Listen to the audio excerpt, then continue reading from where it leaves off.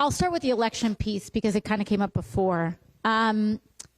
Steve Bannon and some members of the administration have come out publicly kind of flirting with the idea of putting DHS outside of polling locations for the November elections.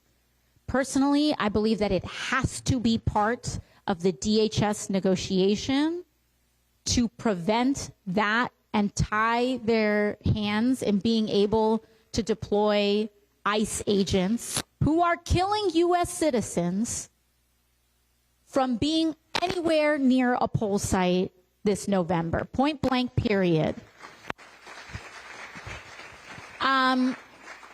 In terms of like the strategizing, I do not know if our leadership, in terms of that for a long term, but we have to use our political power, and we have to use our political pressure.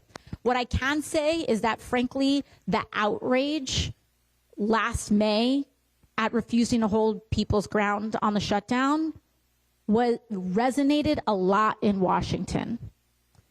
There were a lot of moderates, especially in the Senate, that just wanted to fold right away, and they experienced a lot of backlash after that. So that it is literally people's mobilizing in May that is what gave them the spine to actually go through with a shutdown in September, demanding reversal on the ACA cuts. So just know that this is starting to work. But this upcoming fight on DHS is it. This is the moment.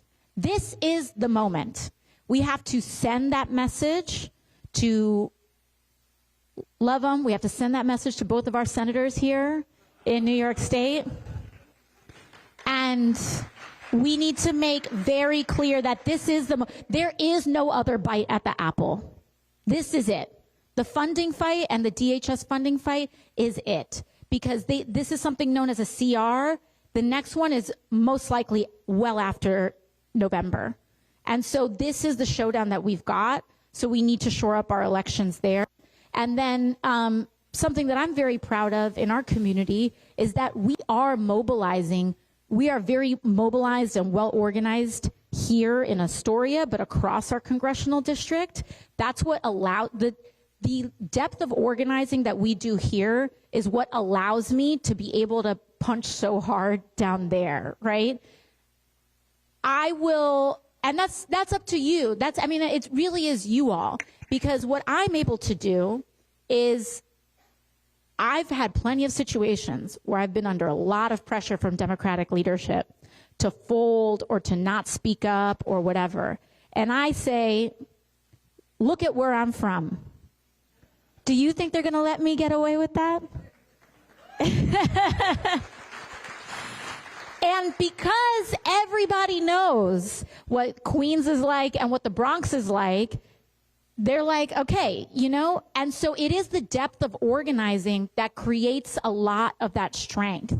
And we should be doing that as an entire city delegation.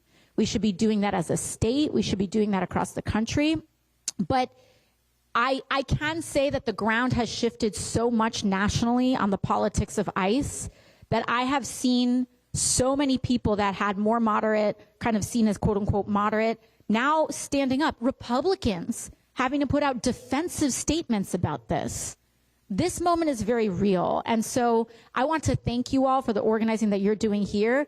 And it also allows us to, on the political side, there are special, I can't talk about like electoral politics in an official setting like this, but just know that it has an effect, and it also allows us to try to travel the country and help in that respect as well.